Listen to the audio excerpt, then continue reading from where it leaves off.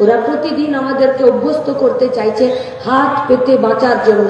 আমরা বলছি হাত পেতে বাঁচতে গেলে ওই দিকে যান, আর অধিকারে হাত মুষ্টিবদ্ধ করে ছিনিয়ে নেবার লড়াইয়ে, বেঁচে থাকার অধিকারকে ছিনিয়ে নেবার লড়াইয়ে যদি চান, 7 জানুয়ারি দুপুর 12:30টায় ব্রিগেডের মাঠে আমরা আপনাদের অপেক্ষা করব। আসুন, সরকারের কাছে প্রায়োরিটি স্কুল খোলা নয়, এক সময় ওদের কাছে স্কুল খোলাটা প্রায়োরিটি ছিল। আজকে সরকারের কাছে 8,322টা স্কুল বন্ধ করে 21,000 নতুন মদের দোকান খুলে দেওয়াটা প্রায়োরিটি। এটা আমার ইতিহাস নয়, এটা ইতিহাস। आज वो लोग बोलता है कि लव जिहाद, ऑनर किलिंग, ডিওএফআই লড়াই করছে। কিসের জন্য লড়াই করছে? অনার কিলিং এর বিরুদ্ধে। হ্যাঁ, করছে। শুধু অনার কিলিং এর বিরুদ্ধে লড়াই করছে না, বলছে যারা মার্ডার করে দিচ্ছে, খুন করে দিচ্ছে, তাদেরকে এই খুনের গাল ভরা নাম অনার কিলিং দেওয়া যাবে না। সম্মানের জন্য খুন, প্রথমে এই শব্দটাকে তুলুন, আগে বলুন যারা খুন করছে এই খুনটাকে খুনই বলতে হবে, অনার কিলিং বলা যাবে না। কেন বলছি আপনাদেরকে এই কথা? इंटरकास्ट বিয়ে করা যাবে না, क्योंकि वो लाभ जिहाद है। আরে আমি কার সাথে প্রেম করব তুমি ঠিক করে দেবে, আমার যাকে ভালো লাগবে আমি তাকেই না বিয়ে করব। সুপ্রিম কোর্ট তো পরকীয়া তো পারমিশন দিয়ে দিয়েছে, তোমার ইন্টারকাস্ট বিয়েতেই মুশকিল। এই আমার রাজ্য, এই আমার দেশ নয়। তিনি যখন বলছেন যে সবার এই মূল স্রোতে ফিরে আসার কথা, দলিতরাও লেখাপড়া করবে, সেও যদি প্রেগনেন্ট হয়ে যায় সেটার বাচ্চার নলিটা কেটে যাতে মেরে না দেয় তার জন্য আমি আছি, দলিত পরিবার।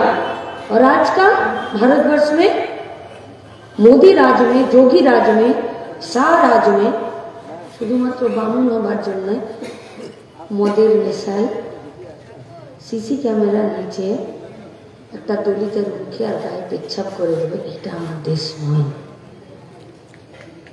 আমার দেশ এটা নয়। আমি কি খাবো, আমি কি পরবো, তার জন্য একটা ভিড়ে ঠাসা লোকাল ট্রেনে আমাকে শুধুমাত্র 20 থেকে 22 বার ছুরিটা আমার শরীরে বসিয়ে কুপিয়ে আমাকে খুন করে দেবে, তারপরেও তারা শাস্তি পাবে না, তাদেরকে কেউ ধরবে না। এটা আমার দেশ নয়।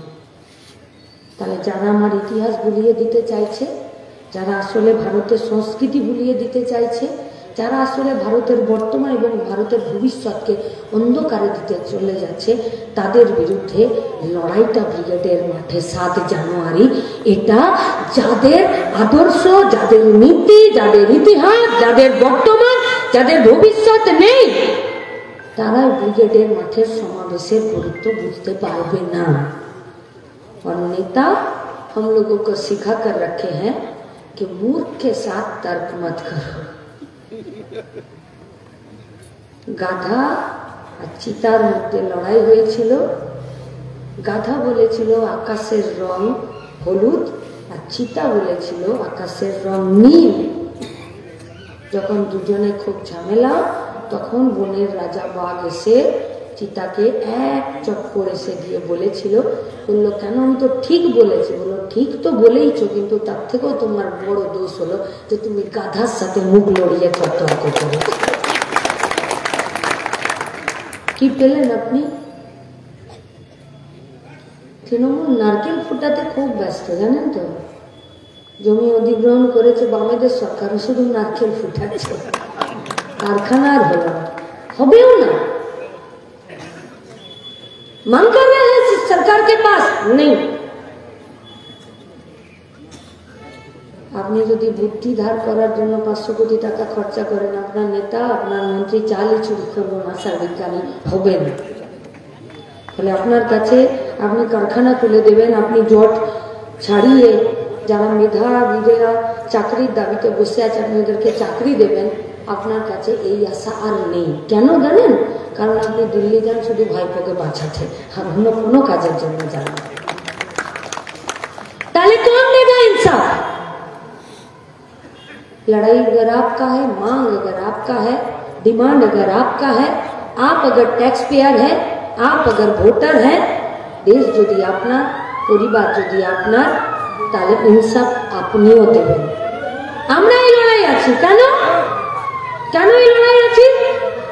কারণ আমি এই দেশকে চিনেছি আমার পরিবারে, আমি আমার দেশকে চিনেছি আমার পাড়াতে, আমি আমার দেশকে চিনেছি আমার গাঁয়ে। তাই আমার পরিবার, আমার পাড়া, আমার গ্রাম হলো আমার দেশ, আর আমার দেশ হলো আমার গ্রাম, আমার পরিবার, আমার পাড়া। তাই যদি নিজে বাঁচি, আমি আমার পাড়া, আমার দেশকে বাঁচাতে পারবো। আর আমার দেশ যদি বাঁচে তাহলে আমি নিজে বাঁচবো। তাই দেশ রাজ্য বাঁচানোর জন্য আপনাদেরকে ডাকতে এসেছি। আসুন লড়াইয়ের মাঝে আপনি আর আমি দুজনে হাতে হাত ধরে এই রাজ্যকে, দেশকে চোর এবং দাঙ্গাবাজদের হাত থেকে বাঁচানোর জন্য এই লড়াইয়ে আমরা নাম লেখাই। দায়বদ্ধ থাকতে পারবেন না আপনি? जिम्मेदारी लीजिए, जिम्मेदारी लीजिए इस दुनिया को, इस समाज को, इस राज्य को बचाने के लिए। नहीं पूछिएगा सवाल कि कचरा पाड़ा থেকে শুরু করে ওই চিত্তরঞ্জন রেল ইঞ্জিন কারখানা পর্যন্ত না তো রিপেয়ারিং সেন্টারে কোনো নতুন করে জবের জন্য, কাজের জায়গার জন্য সেখানে কোনো জায়গা তৈরি হচ্ছে, না তো চিত্তরঞ্জন রেল ইঞ্জিন কারখানাটাতে নতুন করে কোনো ইঞ্জিন বানানোর জন্য অর্ডার আসছে। ওদিকে আম্বানি আদানি পোয়া বারো মোদির সঙ্গে ঘুরতে যাচ্ছে আর অর্ডার নিয়ে চলে আসছে, আর মালদা মুর্শিদাবাদের আমবাগান কেটে সাফ করে দিচ্ছে। কেন? কারণ এরকম যদি বন্ধু পাওয়া যায় তাহলে তো কিছুই করতে হবে না। कोई पूछा उनसे कि आप 14 घंटे काम क्यों करते हैं, आप 18 घंटे काम क्यों करते हैं, आप 22 घंटे काम क्यों करते हैं?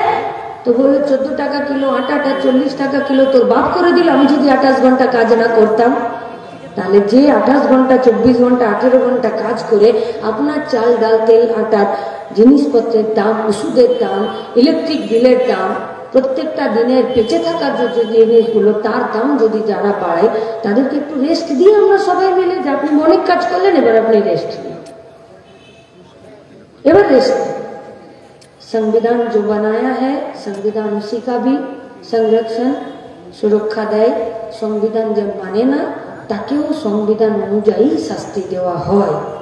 তাই তো পার্থর এখনো পর্যন্ত বুকে ব্যথা হলে আমরা তাকে ডাক্তার দেখিয়ে দিচ্ছি। আমরা মানে যারা আমরা সংবিধানটা তৈরি করেছি। আবার যারা বলে যে পশ্চিমবঙ্গের মেয়েরা তো সব লক্ষ্মী ভান্ডারের চাপে নিচে পড়ে আছে, সেই পার্থবাবুকেই যারা মিডিয়ারা পার্থবাবু বলেন, পুলিশরা পার্থবাবু বলেন, সেখানে এই পশ্চিমবঙ্গের লক্ষ্মী ভান্ডারের 500 টাকা যিনি নেন, তিনি তার নিজের দুটো পায়ের এক জোড়া চটির মধ্যে এক চটি ছুঁড়ে দিয়ে পার্থবাবুকে দান করে এসেছে। কে বলে পশ্চিমবঙ্গের মানুষ সন্ত্রাসে বেঁচে থাকে? না, কোনোদিন বাঁচতে পারে না। এখানে তো 18 বছরের ক্ষুদিরাম কিংসফোর্ডকে খুন করতে চলে যায়।